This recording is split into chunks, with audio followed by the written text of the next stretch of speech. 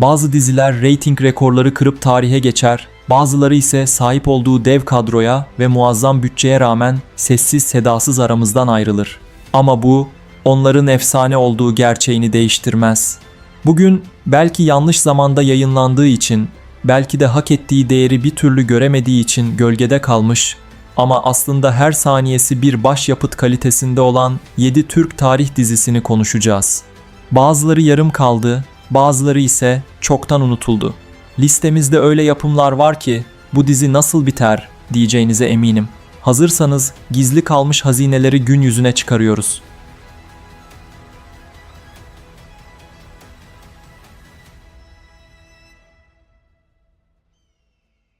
7 numarada Türk-Özbek ortak yapımı olan ve alışılmışın dışında bir estetikle karşımıza çıkan o farklı yapım var.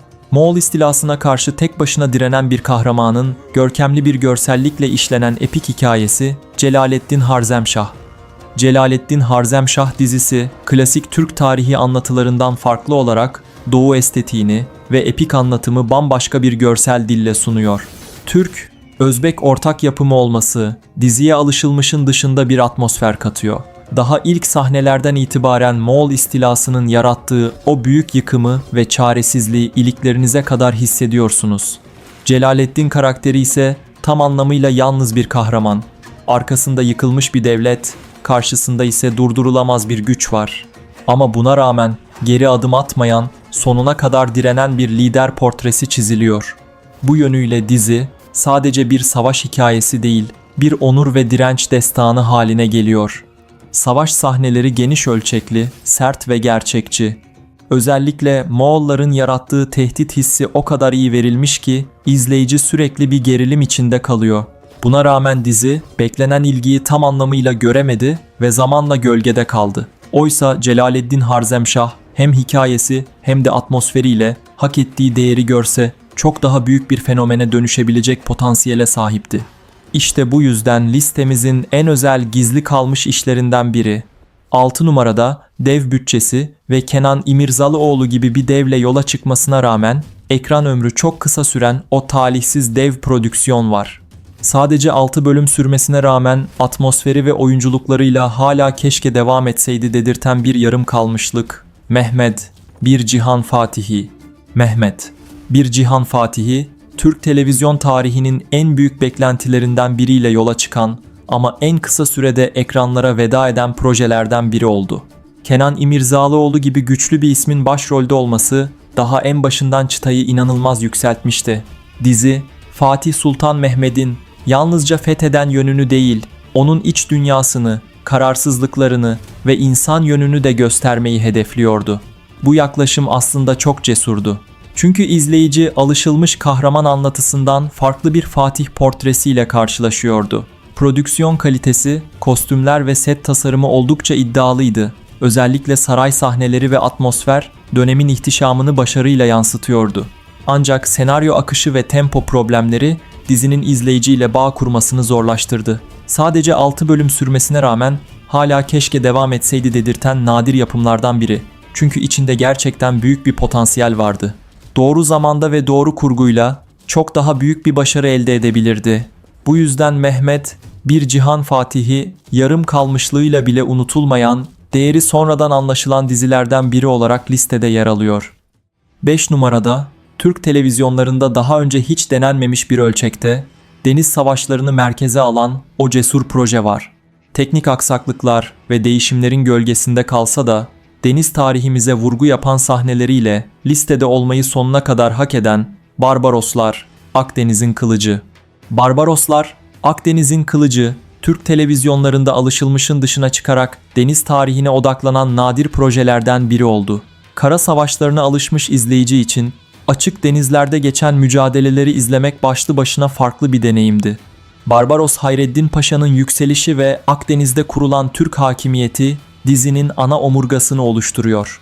Leventlerin cesareti, gemi savaşlarının kaosu ve denizlerin acımasız doğası oldukça etkileyici bir şekilde yansıtılmış. Ancak yapım sürecinde yaşanan değişiklikler ve teknik aksaklıklar dizinin istikrarlı bir şekilde ilerlemesini zorlaştırdı.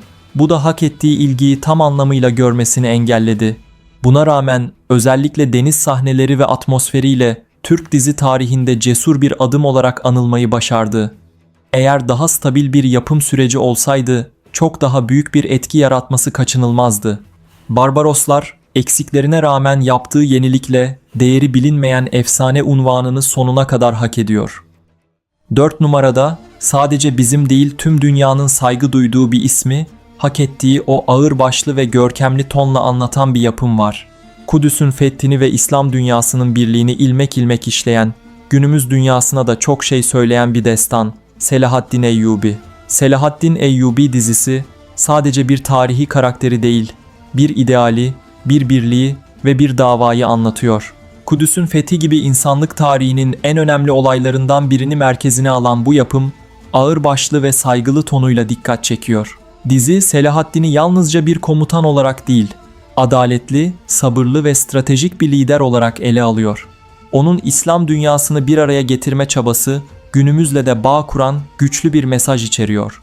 Savaş sahneleri kadar diplomasi ve strateji de ön planda. Bu da diziyi sadece aksiyon odaklı olmaktan çıkarıp daha derinlikli bir anlatı haline getiriyor.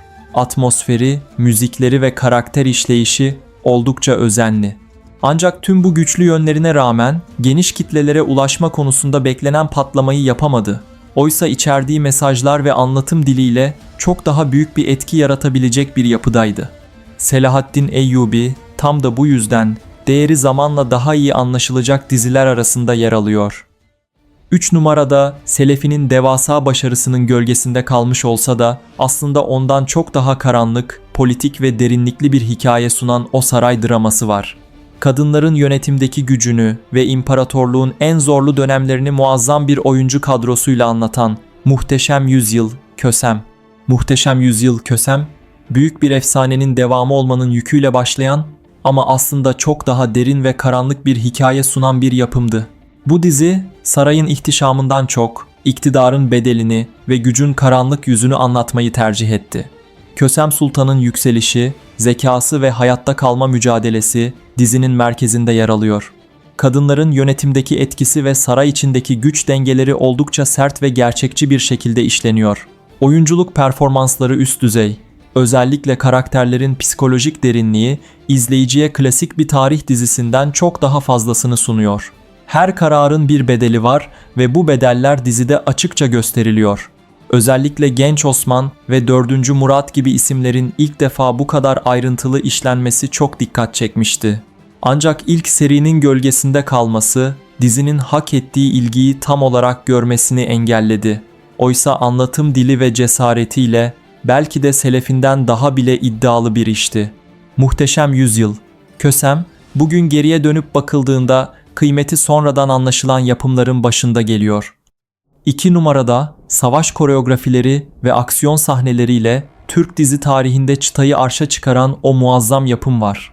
Barış Arduç'un karizmasıyla devleşen ve Anadolu'nun kapılarını açan o kutlu yolu en estetik haliyle bizlere sunan bir aksiyon şöleni, Alparslan, Büyük Selçuklu.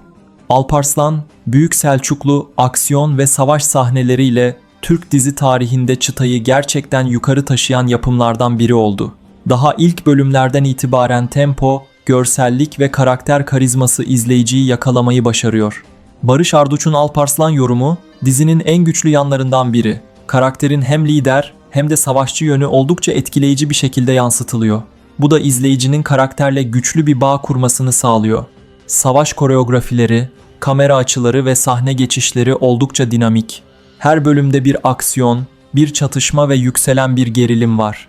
Bu tempo, diziyi izlerken sıkılmayı neredeyse imkansız hale getiriyor. Ancak tüm bu gücüne rağmen beklenen efsane seviyesine ulaşma konusunda bazı noktalarda gölgede kaldı. Yine de kalite açısından bakıldığında Türk dizi tarihinin en iyi işlerinden biri olduğu çok net. Alparslan, Büyük Selçuklu, aksiyon severler için tam bir hazine ve kesinlikle değeri tam anlaşılmamış yapımlardan biri. Ve zirvede tarihi sadece savaşlardan ibaret görmeyen, aşkın, vatan sevgisinin ve ihanetin en ağır sınavlarını iliklerimize kadar hissettiren o duygu seli var. Halit Ergenç ve Bergüzar Korel'in oyunculuk dersi verdiği, milli mücadele ruhunu en iyi anlatan ve her izlendiğinde yeniden hayran bırakan o başyapıt Vatanım Sensin. Vatanım Sensin, tarihi yalnızca savaşlardan ibaret görmeyen, insanın iç dünyasına odaklanan nadir dizilerden biri. Milli mücadele dönemini bir ailenin ve bir adamın üzerinden anlatması hikayeyi çok daha duygusal ve etkileyici kılıyor. Halit Ergenç'in canlandırdığı Cevdet karakteri belki de Türk dizi tarihinin en karmaşık karakterlerinden biri. Vatanı için hain damgası yemeyi göze alan bir adamın iç çatışması izleyiciye derinden geçiyor. Bergüzar Korel'in performansı ise bu duygusal yükü tamamlıyor. Aşk, sadakat, ihanet ve fedakarlık temaları öyle güçlü işleniyor ki her bölüm izleyiciyi duygusal olarak sarsmayı başarıyor. Dizi, savaş sahnelerinden çok insan hikayelerine odaklanarak farklı bir yol izliyor. Bu da onu klasik tarih dizilerinden ayırıyor. Vatanım Sensin, her izlendiğinde aynı etkiyi yaratan, duygusuyla iz bırakan ve aslında çok daha fazla konuşulmayı hak eden gerçek bir başyapıt olarak listenin zirvesinde yer alıyor. Peki sizce listeye başka hangi dizilerde girebilir? Düşüncelerinizi yorumlar kısmına yazmayı unutmayın. Ayrıca yeni içeriklerimizi kaçırmamak için kanalımıza abone olmayı ve videomuzu beğenmeyi unutmayın. Yeni bir videoya kadar kendinize çok iyi bakın. Görüşmek üzere.